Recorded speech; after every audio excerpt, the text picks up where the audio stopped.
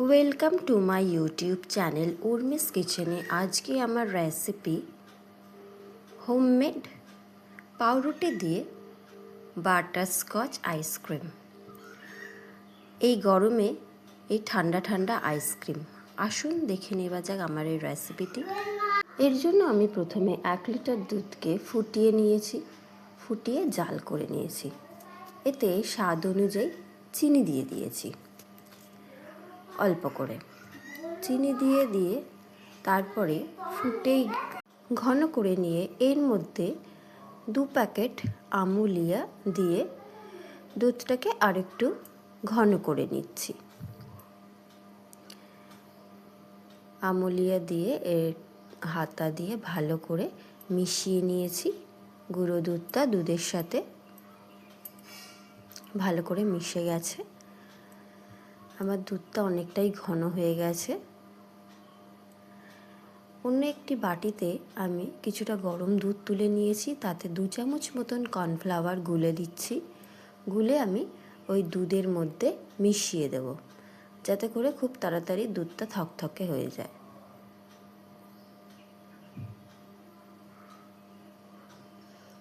এতে ক্রিমি ভাব বেশি হলে আইসক্রিমটাও ক্রিমি হয়। এবারে আমি পাউরুটি নিয়ে নিয়েছি, এখানে 4 পিস পাউরুটি নিয়ে এবারে আমি অন্য আরেকটি পাত্রে অল্প দুধ নিয়ে তার মধ্যে এই 4 পিস পাউরুটি দিয়ে দেব। দিয়ে আমি আরও হাফ কাপ মতন 100 গ্রাম মতন চিনি দিয়ে দেব।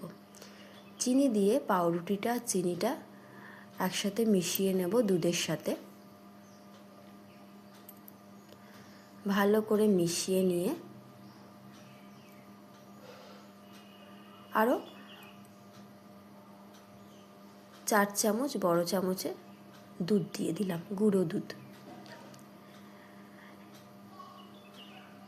দিয়ে ঠান্ডা করে নেব। অন্যদিকে আমি একটি ফ্রাইং প্যানের মধ্যে চিনি দিয়ে দিয়েছি 50 গ্রাম। চিনি দিয়ে এটাকে ক্যারামেল করে নিচ্ছি। চিনিটাকে গলিয়ে ক্যারামেল করে এর মধ্যে আমি বাটার দিয়ে দিলাম, দিয়ে একসাথে মিশিয়ে নিয়ে কাজু আর আমন্ড বাদাম দিয়ে দিলাম, দিয়ে একসাথে মিশিয়ে এটাকে আমি ঠান্ডা করতে দেব। ঠান্ডা করে নিয়ে অন্যদিকে আমার পাউরুটির এই মিশ্রণটাও ঠান্ডা হয়ে গেছে। এবার আমি এটা গ্রাইন্ডারে মিক্সিতে পেস্ট করে নেব। আমি 1 বাটি মতন দুধের সর জমিয়ে রেখেছিলাম, সেই সরটাও এর সাথে আমি পেস্ট করে নেব। এতে খুব সুন্দর ক্রিমি খেতে হবে। একটু ফুড কালার দিয়ে দিলাম রঙের জন্য। পেস্ট করা হয়ে গেছে। অন্যদিকে আমার ক্যারামেলটাও ঠান্ডা হয়ে গেছে, যার ফলে ভেঙে নিলাম। এইভাবে চৌকো করে ভেঙে নিয়ে আমি হামানদিস্তের সাথে এটাকে আমি গুঁড়ো করে নিলাম, ভালো করে ভেঙে নিলাম। ভাঙা হয়ে গেছে।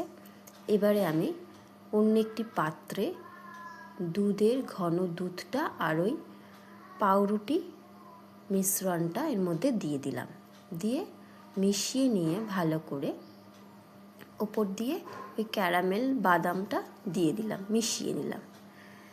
ভালো করে মিশিয়ে নেওয়া হয়ে গেছে। এবারে যেই বাটিতে আমি আইসক্রিমটা সেট করব সেই বক্সের মধ্যে আমি এটা ঢেলে দিলাম, দিয়ে ওপর দিয়ে ওই বাদামটা ছড়িয়ে দিলাম, ক্যারামেল দেওয়া বাদামটা এটা গুঁড়ো করে রেখেছিলাম ছড়িয়ে দিয়ে ঢাকা দিয়ে আমি ফ্রিজে 8 ঘন্টা মতন রেখে দিলাম। 8 ঘন্টা পরে আমার আইসক্রিম তৈরি হয়ে গেছে একদম।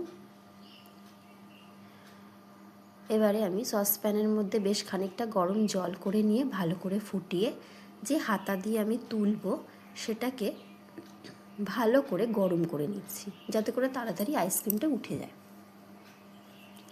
হাতাটা গরম হয়ে গেছে। এবারে আমি আইসক্রিমটা তুলে নেব। আমার বাটারস্কচ আইসক্রিম পুরো রেডি। এত গরম যার জন্য আইসক্রিম প্লেটে দেওয়ার সাথে সাথে আইসক্রিমটা গলে যাচ্ছে। এখন প্রথম তুলেছি, তাই এখন ঠিক আছে। এবার আস্তে আস্তে আইসক্রিমটা গলতে শুরু করেছে।